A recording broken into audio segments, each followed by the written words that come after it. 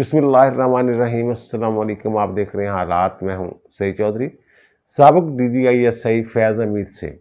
مختلف الزامات کے تحت تفتیش جاری ہے۔ الزامات کی جو ایک فہرست ہے وہ بڑی طویل ہے۔ جب وہ حاضر سروس تھے، ISI میں کام کر رہے تھے، DGC تھے، DGISI تھے، اس وقت ان کے اوپر کیا الزامات تھے، اور پھر اس کے بعد ریٹائرمنٹ کے بعد وہ کیا گل کھلاتے رہے، اور آرمی چیف کے راستے میں رکاوٹ ڈالنے کے لیے، ان کے تقرر کے راستے میں رکاوٹ ڈالنے کے لیے، اور خود آرمی چیف بننے کے لیے وہ کیا کچھ کرتے رہے۔ کیا ان تمام الزامات، اور خاص طور پہ 9 مئی کے جو ماسٹر مائنڈز ہیں ان میں ان کا نام بھی آ گیا ہوا ہے کہ جناب بھائی صاحب جو ہیں یہ ٹارگٹ سیٹ کر کے دیا کرتے تھے کہ وہاں جائیں، اور فوج کے خلاف پروپیگنڈا کے لیے یہ انہیں مواد فراہم کیا کرتے تھے۔ اس طرح کی چیزیں جو ہیں یہ سامنے آئی ہیں، ان سے جو تفتیش ہو رہی ہے، انویسٹیگیشن جو ہو رہی ہے اس حوالے سے۔ اور پھر 2 اور معاملات ہیں، ایک ارشد شریف والا معاملہ ہے، اور ایک MKM کے ایک رہنما کراچی میں قتل کر دیے گئے تھے، ان کے حوالے سے بھی ان کا نام آ رہا ہے کہ جناب یہ کسی سینئر صحافی نے TV چینل پہ بیٹھ کے بتایا ہے کہ جناب ان کے قتل میں بھی ان کا ہاتھ جو ہے وہ ہو سکتا ہے۔ اور پھر جنرل ریٹائرڈ قمر جاوید باجوہ کا نام بھی سامنے آ رہا ہے، ان کے رابطوں کا، فیصلوں کا، اور خود ان کا یہ کہنا ہے کہ جناب میں تو وزیر اعظم کے ماتحت تھا، عمران خان کے، اور باس میرے تھے قمر جاوید باجوہ صاحب، تو میں جو کرتا رہا ہوں تو ان کے احکامات پر کرتا رہا ہوں، اور بطور DGISI یا DGC اس حوالے سے وہ بات کر رہے ہیں، ریٹائرمنٹ کی بات نہیں کر رہے۔ کل بھی میں نے یہ عرض کیا تھا، ذکر کیا تھا کہ جناب جب ان سے یہ پوچھا گیا تو انہوں نے کہا جناب میں تو یہی بات جو میں نے کی ہے، میں عمران خان کا ماتحت تھا، اور میرا باس جو تھا وہ آرمی چیف تھا قمر جاوید باجوہ، تو میں اپنے طور پہ کیا کر سکتا تھا وغیرہ وغیرہ۔ لیکن جب ان سے پوچھا گیا جناب ریٹائرمنٹ کے بعد اور 9 مئی والے واقعات کے حوالے سے، تو پھر ان سے کوئی جواب جو ہے وہ تسلی بخش جواب جو ہے وہ دے نہیں سکے۔ اور پھر کچھ ججز کا نام بھی آ رہا ہے، کچھ ججز جو ہیں وہ ریٹائر ہو چکے ہوئے ہیں، اور ایک جج صاحب کے بارے میں پتہ چلا ہے کہ وہ ریٹائرمنٹ لے گئے تھے، اعجاز علی حسن صاحب، ان کے ساتھ بھی رابطے تھے، اور ایک آدھ جج جو ہے اس وقت بھی سروس میں موجود ہیں۔ کیا ان ججوں کے خلاف بھی کارروائی ہو سکتی ہے؟ اور کیا قمر جاوید باجوہ صاحب جو ہیں وہ بھی کٹہرے میں آ سکتے ہیں؟ بہت سارے سوالات ہیں جو لوگ کرتے ہیں۔ کیا یہ پورا پنڈورا باکس جو ہے یہ کھول لینا چاہیے، یا یہ پنڈورا باکس کھولا جا سکتا ہے؟ یہ بھی ایک سوال ہے نا کہ کیا پنڈورا باکس کھول لینا چاہیے، اور اگر کھول لینا چاہیے تو کیا یہ پنڈورا باکس جو ہے یہ کھولا جا سکتا ہے؟ اچھا، اب قمر جاوید باجوہ صاحب جو ہیں یہ تھے بیرون ملک، اور جب کھانا شانا دیا تھا سابق آرمی کے افسروں کو، جن میں آرمی چیف بھی شامل تھے، ریل شریف صاحب بھی تھے، کیانی صاحب بھی وہاں تھے، لیکن باجوہ صاحب نہیں تھے اس وقت بھی۔ میں نے عرض کیا تھا اس دن بھی کہ باجوہ صاحب جو ہیں یہ بیرون ملک ہیں، اور ان سے یہ بھی کہا گیا ہے میری اطلاع کے مطابق کہ آپ کوئی 8-10 دن، ہفتہ 10 دن جو ہے نا ذرا ادھر ادھر ہی رہیں۔ لیکن اب یہ پتہ چلا ہے کہ جنرل قمر جاوید باجوہ صاحب جو ہیں یہ یورپ میں سیر سپاٹا کر کے، اور پھر دبئی میں اپنے بیٹے کے پاس قیام کر کے یہ پاکستان واپس آ گئے ہوئے ہیں، جنرل قمر جاوید باجوہ صاحب۔ اب فیض حمید صاحب کے حوالے سے جو باتیں سامنے آ رہی ہیں، تفتیش کے حوالے سے جو ہمارے ذرائع بتا رہے ہیں کہ وہ قمر جاوید باجوہ صاحب کا بھی نام لے رہے ہیں کہ جناب یہ ہاں ہوا تھا، ایسے بالکل جناب ہوا تھا، قمر جاوید باجوہ صاحب نے کہا تھا، وغیرہ وغیرہ، جو بھی باتیں وہ اپنی مرضی کے واقعات کی وہ تصدیق کر رہے ہیں، لیکن جو ان کو مانی ہے وہ اپنی مرضی کے پہنا رہے ہیں۔ یہ نہیں ہے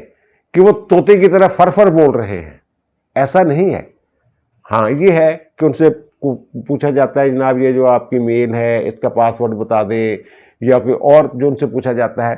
تو وہ فوری طور پہ تعاون کرنے کے لیے تیار ہو جاتے ہیں، لیکن جو واقعات ہیں نا وہ ایول جینیس ہے۔ میں نے عرض کیا تھا کہ جب ان کے خلاف یا ان کے اوپر ہاتھ ڈالنے کا فیصلہ ہوا تو اس سے پہلے کئی ایک میٹنگز ہوئیں،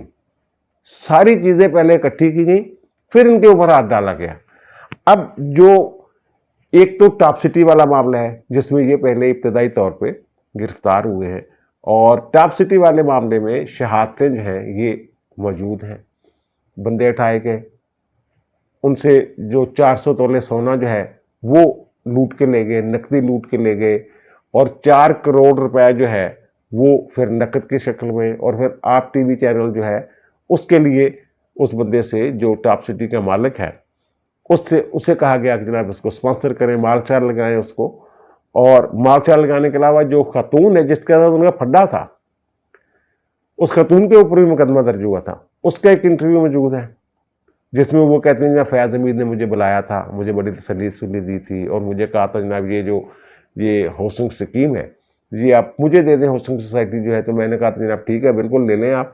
تو وہ سمجھ رہی تھی میں نے کہا جناب یہ فوج کے لیے مانگ رہے ہیں، تو لیکن مسئلہ کچھ اور ہی نکلا، اور پھر اس میں ساکم نثار صاحب کا نام آ رہا ہے کہ انہوں نے خاتون نے خط لکھا تھا ان کو، جو ہیومن رائٹ سیل بنایا ہوا تھا، اور انہوں نے چیمبر میں اس معاملے کو ڈسپوز آف کیا تھا، اور پھر جب وہ گئے تھے تو بہت سارا ریکارڈ جو تھا وہ ضائع کروا گئے تھے، وہ نہیں مل رہا، بہت سارا ریکارڈ جو ہے وہ مل نہیں رہا ان کے دور میں، انہوں نے سینکڑوں کی تعداد میں بلکہ ہزاروں کی تعداد میں سو موٹو لیے ہوئے تھے، کچھ کورٹ میں کرتے تھے، کچھ چیمبر میں کرتے تھے، ان کے پیچھے پتہ نہیں کیا مقاصد تھے، کیا ان کا مسئلہ تھا۔ تو اب جنرل قمر جاوید باجوہ صاحب کی میں بات کر رہا ہوں، تو قمر جاوید باجوہ صاحب جو ہیں یہ آ گئے واپس، تو اپنے میرے خیال کل کے بھی لاگ میں نے جو ذکر کیا تھا کہ وہ جب یہ فیاض حمید صاحب بات کرتے ہیں نا جنرل قمر جاوید باجوہ کی، تو جو تفتیشی ہے نا وہ بات قمر جاوید باجوہ صاحب کی طرف نہیں جانے دیتے، اس سے پہلے ہی وہ ان کو اپنے موضوع پہ واپس لے آتے ہیں، جن معاملات کی تفتیش ہو رہی ہے ان کی طرف وہ واپس لے آتے ہیں۔ ان میں یہ جو میں نے عرض کر دیا ٹاپ سٹی والے یہ تو شہادتیں پہلے سے موجود ہیں نا، اب مسئلہ یہ ہے کہ عمران خان کے ساتھ جو ان کے رابطے تھے وہ بشرا بیگم کے ذریعے بھی تھے، ڈائریکٹ بھی تھے، انڈائریکٹ بھی تھے، رؤف حسن کے ذریعے بھی تھے، تو یہ ساری چیزیں جو ہیں یہ سامنے آ رہی ہیں، اور 9 مئی والا جو واقعہ ہے اس حوالے سے بھی باتیں سامنے آ رہی ہیں۔ تو اب دیکھنا یہ ہے کہ جو باقی مقدمات ہیں بہت سارے چھوٹے چھوٹے معاملات ہیں جس میں انہوں نے اپنے اختیارات سے تجاوز کیا ہوا ہے، کیا ان کے بھی مقدمات بننے چاہیے؟ ایک تو جنرل باجوہ کے حوالے سے میں بتا دوں کہ جنرل باجوہ آرمی چیف رہے ہوئے ہیں، اور ان کے عاصم منیر صاحب کے ساتھ بڑے اچھے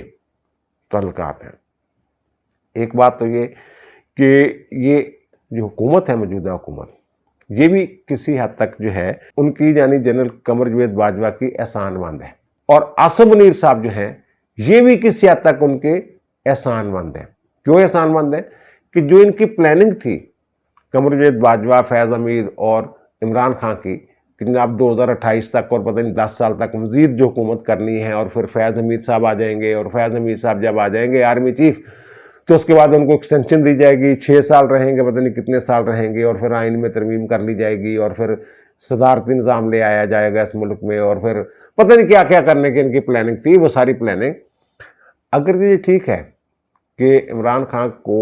مسلط کرنے کے اوپر، قوم کے اوپر جو مسلط کیا گیا اس میں باجوہ صاحب کا بڑا کردار ہے، لیکن یہ بھی ایک دیکھنے والی بات ہے کہ قمر جاوید باجوہ صاحب نے ان کو جو اتارنے میں کردار ادا کیا ہے عمران خان کو، وہ بھی ایک دیکھنے والی بات ہے۔ اس وجہ سے لوگ جو ہیں ان کے احسان مند بھی ہیں، اور اس کا اظہار بھی ملک احمد خان جیسے لوگ جو ہیں اس کا اظہار بھی کر رہے ہیں کسی نہ کسی انداز میں۔ تو عاصم منیر صاحب کی باری نہیں آنی تھی، یہ میں بتا دوں، اگر قمر جاوید باجوہ صاحب جو ہیں یہ گٹھ جوڑ نہ توڑتے فیاض حمید کا اور عمران خان کا، اور ان کے ساتھ جڑے رہتے، وہ تو شاید ذاتی مسئلہ آ گیا کہ جناب ان کو ایکسٹینشن نہیں دے رہے تو مزید ایکسٹینشن لینا چاہ رہے تھے، پلاننگ کے مطابق تو فیاض حمید نے ماننا تھا ایک ایکسٹینشن کافی تھی، اور پھر جو انہوں نے گٹھ جوڑ توڑنے کے لیے جو فیاض حمید ہے جب وہ DGISI تھے تو ان کو ٹرانسفر کر دیا تھا اور کور کمانڈر پشاور مقرر کر دیا گیا تھا، تو پھر عمران خان جب کیونکہ وزیر اعظم تھے تو انہوں نے ٹانگ اڑائی تھی، کافی دیر تک وہ معاملہ لٹکا رہا تھا، اور پھر کچھ ٹائم لے لیا تھا کہ اتنی دیر اور رہنے دیں، بہانے تو اب اور کر رہے ہیں نا، اصل مسئلہ تو یہ تھا وہ کہہ رہے تھے جناب یہ اپوزیشن والے مجھے اتارنا چاہ رہے ہیں تو مجھے اس وقت بڑی ضرورت ہے فیاض حمید کی، جو ان کو کچھ اور دیر رہنے دیں، اور باجوہ صاحب یہ بہانہ کر رہے تھے کہ جناب ان کو جو نا 1 سال کے لیے کسی کور کو کمانڈ کرنا پڑے گا ورنہ پھر یہ آرمی چیف نہیں بن سکیں گے، اس طرح کے رولے چھولے پڑے تھے، آپ کو یاد ہوگا۔ تو یہ اب اگر باجوہ صاحب جو ہے یہ حرکت نہ کرتے، گٹھ جوڑ ختم نہ کرتے، تو پھر عاصم منیر صاحب کی باری نہیں آنی تھی۔ اب یہ باتیں بھی ہو رہی ہیں کہ جناب باجوہ صاحب جو ہیں وہ آخری وقت تک اپنے ایکسٹینشن کی باتیں کرتے رہے ہیں، اور یہ بھی کہتے رہے ہیں کہ جناب اگر مجھے ایکسٹینشن نہیں دینی تو پھر فیض حمید کو لگا دیں، اگر ان کو بھی نہیں لگانا تو پھر حافظ عاصم منیر کو نہ لگائیں۔ یہ میری اطلاع کے مطابق یہ ڈس انفارمیشن ہے، یہ مس انفارمیشن ہے۔ میری اطلاع کے مطابق یہ جو فیصلہ کیا گیا تھا عاصم منیر صاحب کو آرمی چیف مقرر کرنے کا، جن لوگوں نے فیصلہ کیا تھا ان میں نواز شریف بھی شامل تھے، تو ان میں جنرل قمر جاوید باجوہ صاحب جو ہیں ان کی تائید بھی شامل تھی، یہ میں بتا دوں۔ اور پھر جنرل قمر جاوید باجوہ اب ملک میں واپس آئے ہیں، تو اس کا مطلب یہ نہیں کہ وہ شامل تفتیش ہونے کے لیے یا ملزم بننے کے لیے آئے ہیں، اور اگر ان کے خلاف کارروائی ہونا ہے تو اس کی اجازت کس نے دینی ہے؟ اس کی اجازت دینی ہے عاصم منیر صاحب نے، آرمی چیف نے۔ وہ اجازت دیں گے تو پھر ان کے خلاف جو ہے وہ کارروائی ہو سکے گی۔ ہاں اتنا ہو سکتا ہے کہ جو فیض حمید صاحب باتیں کر رہے ہیں، الزامات لگا رہے ہیں، اور اپنے کہتے ہیں نا سروں لا کے کسی دوسرے کے سر تے پا رہے ہیں، اس سلسلے میں ہو سکتا ہے قمر جاوید صاحب سے پوچھ لیا جائے رضا کرانہ طور پہ کہ باجوہ صاحب وہ یہ کہندا کہ تھوڑا کی خیال ہے تسی کچھ گل کرنی ہے، اگر وہ کہے گا ہاں میں کر لینا گل، پھر جڑے آ وہ شامل تفتیش ہون گے اپنی، یعنی کہ یہ فیصلہ انہوں نے خود کرنا ہے گا قمر جاوید باجوہ صاحب نے۔ یہ میں تھوڑا اندر دی خبر دے رہے ہیں، ایویں جڑے اسی بڑی خوش فہمی دے شکار ہو جانے، بڑی جلدی ایک خبر آج بھی جناب ہوتے اسی پھر ہور خبراں کڈ کے وچوں چھوٹے چھوٹے ٹوٹے کڈ کے انہوں وڈی خبر کے طور پہ پیش کرنے دے شوقین ہاں، تو ایسی گل نہیں ہے۔ اور دوسری جو ثاقب نثار صاحب والی بات ہے، تو ثاقب نثار صاحب کے حوالے سے جو چیزیں سامنے آ رہی ہیں کہ وہ ظاہر ہے یہ عمران نیازی اور فیض حمید اور ملٹری اسٹیبلشمنٹ، عدلیہ اسٹیبلشمنٹ سارے ملے ہوئے تھے، یہ اس میں کوئی شک ہی نہیں ہے۔ ثاقب نثار صاحب مکمل شریک رہے ہیں ان سارے معاملات میں، ان ساری حرکتوں میں، اور ریٹائرمنٹ کے بعد بھی وہ عمران خان کے مشیر کے طور پہ مشورے بھی دیتے رہے ہیں، اور یہاں کہیں مینج کرنا ضروری تھا عدلیہ کو، وہاں مینج کرنے کی کوشش بھی کرتے رہے۔ اب لوگ یہ سوال پوچھ رہے ہیں کہ جناب جو ججز ہیں، ایک اور خبر میں آپ کے گوش گزار کر دوں، جب عمران خان کا انہوں نے ان کے خلاف کر دیا تھا نا کام تیز، تو اس وقت 2 ججز جو ہیں سپریم کورٹ کے مبینہ طور پہ وہ ملے تھے جنرل قمر جاوید باجوہ سے۔ جنرل قمر جاوید باجوہ صاحب اس وقت ریٹائر ہو چکے تھے، یہ 2023 کی بات ہے۔ تو لیکن انہوں نے کہا تھا جناب آپ ان کو عاصم منیر کو اور باقیوں کو سمجھائیں کہ عمران خان تے ہاتھ ہولا کرو، یہ سارے ملک کا اثاثہ۔ یہ 2 ججز وہ ججز تھے جن کے بارے میں وہ عاصم باجوہ صاحب پرانے روابط ان کے ساتھ قائم ہو چکے ہوئے تھے ان کے، تو وہ اپنے پرانے روابط کی بنیاد پہ وہ جا کے کہتے ہیں، یہ وہی ججز تھے جن کے بارے میں جو عمر رضا بندیال کی ساس صاحبہ اور خواجہ طارق رحیم کی اہلیہ کے درمیان جو گفتگو ہوتی ہے، وہ 2 ججز کے جو نام لیتی ہیں ان میں سے ایک جج جو ہے وہ تو جناب ریٹائر ہو گئے ہوئے ہیں، ریٹائرمنٹ لے گئے ہوئے ہیں، ایک طرح سے ریزائن کر گئے ہوئے۔ دوسرے جج کے بارے میں یہ سننے میں آیا ہے کہ وہ اس وقت سپریم کورٹ میں موجود ہے۔ اور کیا کسی جج کے خلاف کوئی فوجداری کارروائی ہو سکتی ہے؟ 9 مئی والی ہوگی یا اور کوئی معاملات ہو گئے، آرٹیکل 6 ہو گیا وغیرہ وغیرہ، اس طرح کی چیزیں جو ہیں، یہ ایک متھ ہے کہ جناب جو سپریم کورٹ کا جج ہوتا ہے اس کے خلاف کوئی کارروائی نہیں ہو سکتی۔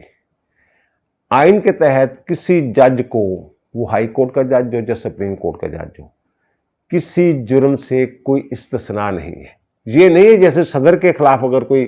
فوجداری کارروائی ہوتی ہے تو وہ فریز ہو جاتی ہے جب تک وہ صدر رہتا ہے، کارروائی آگے نہیں چل سکتی۔ جو سول معاملات ہیں وہ چل سکتے ہیں، کوئی دعویٰ کر دے صدر کے خلاف انفرادی طور پہ، وہ دعویٰ چلے گا، لیکن فوجداری کارروائی جو ہے وہ رک جائے گی۔ لیکن ججوں کے حوالے سے ایسا کچھ نہیں ہے، کوئی استثناء نہیں ہے کسی بھی جج کو فوجداری کارروائی سے۔ اگر تو یہ ججز جو ہیں یہ تعزیرات پاکستان کی دفعات کی خلاف ورزی کرتے ہیں، ملٹری ایکٹ کی، آرمی ایکٹ کی خلاف ورزی کرتے ہیں، یا پھر آفیشیل سیکرٹ ایکٹ کی خلاف ورزی کرتے ہیں، یعنی کسی جرم کا ارتکاب کرتے ہیں تو پھر معاملہ جو ہے وہ سپریم جوڈیشل کونسل میں جانا ضروری نہیں ہے، وہ ریٹائرڈ ہو یا حاضر سروس ہو۔ لیکن اصولوں کا تقاضا یہ ہے کہ پہلے سپریم جوڈیشل کونسل میں وہ لے جایا جائے، انہیں ان الزامات کے ثابت ہونے پر برطرف کر دیا جائے، کیونکہ کوڈ آف کنڈکٹ کی تو واضح خلاف ورزی ہے نا، پاکستان کا کوئی قانون توڑ رہا ہے اگر جج تو وہ کوڈ آف کنڈکٹ کی خلاف ورزی ہے، وہ لازمی ہے اس کے اوپر جج کے کہ تمام قوانین کی وہ جو ہے وہ ان کی پیروی کرے، ان کے تابع رہیں، ان کی خلاف ورزی نہ کرے۔ بہرحال یہ اگر کوئی جج جو ہے وہ کسی فوجداری جرم کا ارتکاب کرتا ہے تو وہ گرفتار بھی ہو سکتا ہے، اس کا ٹرائل بھی ہو سکتا ہے۔ اور یہ جو دو ججوں کی بات سامنے آ رہی ہے، اگر یہ پنڈورا باکس اسی طرح کھول دیا جاتا ہے تو پھر وہ بھی پھنس سکتے ہیں۔ باجوہ صاحب کے حوالے سے میں کہہ رہا ہوں کہ باجوہ صاحب شاید اس میں نہیں آئیں گے، اور وہ اگر باجوہ صاحب نہیں آئیں گے تو پھر ثاقب نثار جن کے اوپر بڑا جڑے لوگ چیچیاں لے رہے ہیں وہ بھی شاید اس میں نہ آئیں۔ لیکن جو باقی دو ججز کی میں نے بات کی ہے ان کا معاملہ جو ہے ایسا ہو سکتا ہے کہ ان کا جو ٹرائل ہے یا ان کے خلاف کارروائی جو ہے یہ ہو سکتی ہے۔ اب یہ جو پنڈورا باکس والی بات ہے، یہ میری بات ہوئی ہے کچھ لوگوں کے ساتھ، کوئی ریٹائرڈ ججز ہیں اعلیٰ عدلیہ کے، جو ان کی جج ایڈوکیٹ جنرل برانچ ہے، ان کے کچھ ریٹائرڈ افسر ہیں، پراسیکیوشن سے وابستہ کچھ لوگ ہیں، یا فوجداری مقدمات کے جو ماہر وکلا ہیں، ان کے ساتھ میری جو بات ہوئی ہے، انہوں نے یہ کہا ہے کہ جناب یہ جو پنڈورا باکس ہے یہ نہیں کھولنا چاہیے، ٹاپ سٹی والے کیس کو آپ الگ کر دیں، باقی جو معاملات ہیں، ارشد شریف صاحب والا، جے کے ایم کے لیڈر علی رضا عابدی کیا نام تھا، ان کا معاملہ ہو یا کوئی اور معاملات ہوں، ان کو اپنے طور پہ جو قانون جیسے حرکت میں آتا ہے، جو حرکت میں آیا ہوا ہے، جیسے اس قانون کے مطابق کارروائی ہوتی ہے، ہو رہی ہے، چلنے دیں۔ اگر وہاں ان کا نام آ جاتا ہے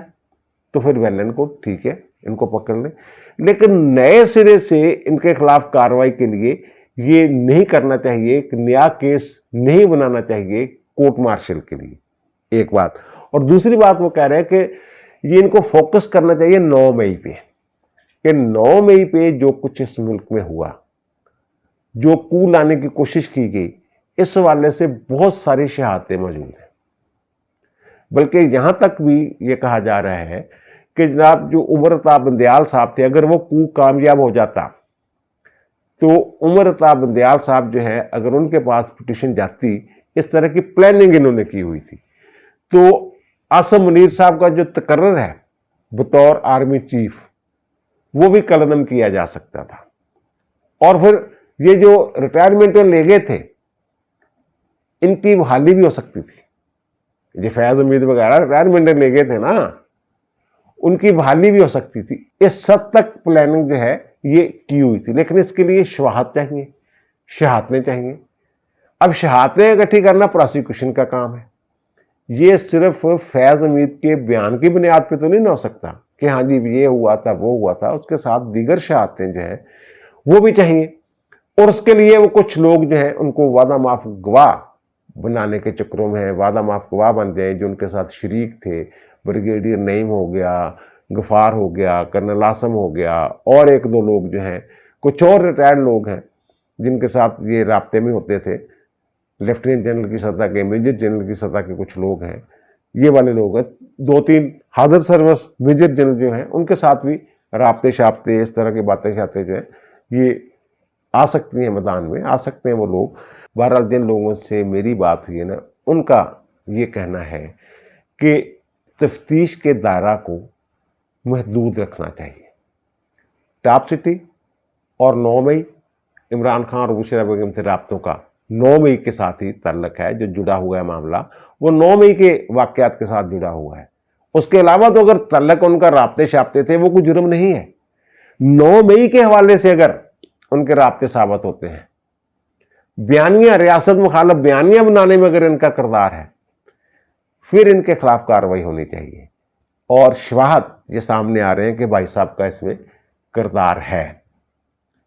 اور دوسری جو بات ہے کہ سارا دن آج ٹی وی چینل پہ رؤف حسن کے جناب بھارتیوں کے ساتھ جو روابط ہیں، وہ ٹویٹر پہ جناب جو ان کی تھی آپس میں چیٹ چوٹ، وہ بھی جناب آگے سامنے چیزیں سامنے آ گئی ہیں. تو میرے لیے تو یہ کوئی خبر نہیں ہے، نئی خبر نہیں ہے. ہاں یہ ہے کہ ان کے جو سکرین شاٹ وغیرہ ہیں وہ سامنے ہیں. آپ کو یاد ہوگا کہ 30 جولائی کو میں نے بہت تفصیلی ویلاگ کیا تھا کہ رؤف حسن کے ہوش ربا انکشافات، انڈیا سفارتکاروں اور فیاض حمید کے رابطوں کا ڈیٹا مل گیا، یہ میں نے پورا ویلاگ کیا تھا. جو تفصیلات اب سامنے آئی ہیں اس سے زیادہ تفصیلات میں نے بیان کی تھی. یہ سارے معاملات بھی میں نے اس میں عرض کیے تھے. اور میں نے یہ بھی عرض کیا تھا، یہ ایک سکرین شاٹ ہے جس میں وہ پاکستان میں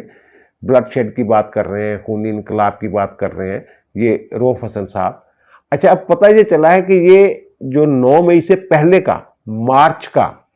یہ جو ہے یہ ان کا واٹس ایپ تھا، میسج تھا. اگر 12 مارچ کو یا مارچ کی کسی تاریخ کو وہ یہ میسج کرتے ہیں تو اس کے بعد 9 مئی ہوتا ہے. اس کا مطلب پلاننگ ان کی پہلے سے تھی، پرانی پلاننگ تھی. 9 مئی ایک طرح سے خونی انقلابی کی طرف معاملہ گیا ہوا تھا. وہ تو فوج کو بر وقت جو ہے وہ بھنک پڑ گئی اس منصوبے کی، وہ منصوبہ لیک ہو گیا جس کی وجہ سے حفظ مات قدم کے طور پہ انہوں نے کچھ اقدامات کیے ہوئے تھے. اور وہ کردار جو 9 مئی کے کردار تھے، جو جنہوں نے کردار ادا کرنا تھا، ان کو چھوٹ دی گئی تاکہ عین وقت پر ان کو پکڑا جا سکے، جیسا کہ کور کمانڈر لاہور کی میں بات کر رہا ہوں. اچھا ایک بات تو یہ ہوگی. اور دوسری وہ کرن تھاپر کے ساتھ جو وہاں اینکر ہیں انڈین، ان کے ساتھ جو ان کے ہیں چیٹ شیٹ وہ ہے. دوسری چیز جس سے یہ ثابت ہوتی ہے کہ جو رؤف حسن صاحب ہیں نا، پہلے یہ رابطہ کرتے ہیں ان کے ساتھ، بتاتے ہیں کہ جناب میں رؤف حسن ہوں، پاکستان سے ہوں، میں صحافی ہوں وغیرہ وغیرہ. کرن تھاپر کو میسج کر کے یہ کہتے ہیں کہ جناب یعنی رابطہ کرنے کے لیے جیسے کرتے ہیں کہ ہم نے کسی کو فون کرنا ہو تو پہلے ہم میسج کرتے ہیں کہ جناب کیا میں آپ سے بات کر سکتا ہوں. اسی طرح کا یہ میسج ہے. اور پھر ظاہر ہے وہ کرن تھاپر جو ہے وہ اپنے چکروں میں پڑا ہوا تھا اور وہ اس نے ان کے حق میں جو ہو سکتا تھا وہ کرتا رہا. اور وہ عمران خان کے انٹرویو کے لیے بھی درخواستیں کرتا رہا. اگر تو اس کو عام حالات میں دیکھا جائے تو یہ 2 صحافیوں کی بات ہے آپس میں. وہ ان سے انفارمیشن پوچھتا ہے کہ جناب نجم سیٹھی نے کہا ہے کہ جناب پاکستان میں عاصم منیر جو ہے یہ آرمی چیف بننے والے ہیں. نجم سیٹھی دی اطلاع بڑی صحیح ہندی تے ذرا عاصم منیر دے بارے میں دس دیو تھوڑا جا کی ہے گا. یہ صحافی پوچھ لیندے نے. اور دوسرا یہ ان کو دیتے رہے ہیں جناب کہ اب بنی گالہ میں یہ ہو گیا ہے، اب زمان پارک میں یہ ہو گیا، اب جناب پولیس نے گھیرا ڈال دیا ہوا ہے، یہاں پتہ نہیں کیا ظلم ہو رہے ہیں، اس طرح کی باتیں. اور ان کی بنیاد پہ، ان کی خبروں کی بنیاد پہ جو کرن تھاپر صاحب ہیں وہ پروپیگنڈا کرتے رہے ہیں. اور وہ پاکستان مخالف پروپیگنڈا سمجھا جا رہا ہے جو انہوں نے کیا. ظاہر ہے انہوں نے پاکستان کے حق میں تھوڑا بولنا تھا. انہوں نے اس انفارمیشن کی بنیاد پہ جو رؤف حسن صاحب انہیں دیتے تھے تو وہ اس کی بنیاد پہ انہوں نے پاکستان کو ہی رگیدنا تھا نا. رؤف حسن صاحب کی تو ہو گئی ہے ضمانتیں ضمون تھے. اگر اس کو معمول کے مطابق لیا جائے تو یہ بہت بڑا جرم نہیں ہے. اگر اس کے نتائج کو دیکھا جائے تو یہ پاکستان مخالف پروپیگنڈا، پاکستان کے خلاف بیانیاں، پاکستان کی ریاست کو کمزور کرنے کی کوشش، ریاست کے خلاف لڑائی کے لیے رائے عامہ ہموار کرنے کا ایک جرم یا سازش، یہ ساری چیزیں اس میں آ سکتی ہیں. اور انہوں نے جو کیا ہے، جو میں نے بعد میں چیزیں بیان کی ہیں، رؤف حسن صاحب اور پی ٹی آئی کا جو مطمع نظر تھا وہ وہی تھا کہ ریاست میں عدم استحکام پیدا کرنا اور بیرونی مدد لینا اس کے لیے. اس طرح کے معاملات ہیں جناب. اور وہ بہت زیادہ امیدیں لگا کے بیٹھے ہیں نا جناب، فلاں کیس میں پھنس جائے گا فیض، فلاں میں پھنس جائے گا، فلاں میں پھنس جائے گا. جو پراسیکیوشن کے ماہرین ہیں نا، قانونی ماہرین، ان کا یہ خیال ہے کہ نہیں، اس کو صرف 2 معاملات تک آپ محدود رکھیں. 9 مئی کے لیے بشرا بیگم اور عمران خان کے ساتھ جو رابطے شاپتے، جن لوگوں سے بھی رابطے ہوتے رہے ہیں، وہ جج ہیں، وہ فوج کے افسر ہیں، ریٹائرڈ افسر ہیں، یہ والا معاملہ اور ٹاپ سٹی والا. باقی جو چھوٹے چھوٹے معاملات ہیں نا، ابھی اس میں ہاتھ نہ ڈالیں. پہلے ان کو میچور کریں، اس کے بعد اگر آپ کارروائی کریں گے تب جو ہے وہ مطلوبہ نتائج جو ہیں وہ حاصل ہو سکیں گے۔ اور دوسرا یہ بھی پتہ چلا ہے کہ جو آرمی چیف صاحب ہیں جو باتیں ہو رہی ہیں نا کہ جناب ان کے راستے میں رکاوٹ ڈالنا دیجیے، وہ ان کے جناب ذاتیات کو نہیں لانا ہے اس میں۔ یہ ایک اور بات سامنے آئی ہے کہ آرمی چیف عاصم منیر صاحب نے کہا جناب یہ ذاتیات کا مسئلہ نہیں، یہ ریاست کا مسئلہ ہے، اس کو ذاتیات کی بنیاد پہ نہ دیکھا جائے۔ بہرحال یہ مہینہ ڈیڑھ مہینہ جو ہے نا بس اتنے عرصہ کی بات ہے، اس کے دوران ساری چیزیں کلیئر ہو کے سامنے آ جائیں گی، سزائیں سوئیں جو ہیں وہ بھی مکمل ہو چکا ہوگا، پروسیس جو ٹرائل شرائل ہے یہ سارا، یہ لمبا نہیں چلنا، بس مہینہ ڈیڑھ مہینہ اس کے اندر اندر جو ہے وہ ٹرائل شرائل جو ہے وہ ہو کے سائنس ہوئے وہ خبریں آنا شروع ہو جائیں گی۔ اب دیجیے مجھے اجازت، انشاءاللہ ملاقات ہوگی نئے ویلاگ کے ساتھ۔ اللہ تعالیٰ آپ پر، مجھ پر، ہم سب پر مہربان رہے۔ اللہ حافظ۔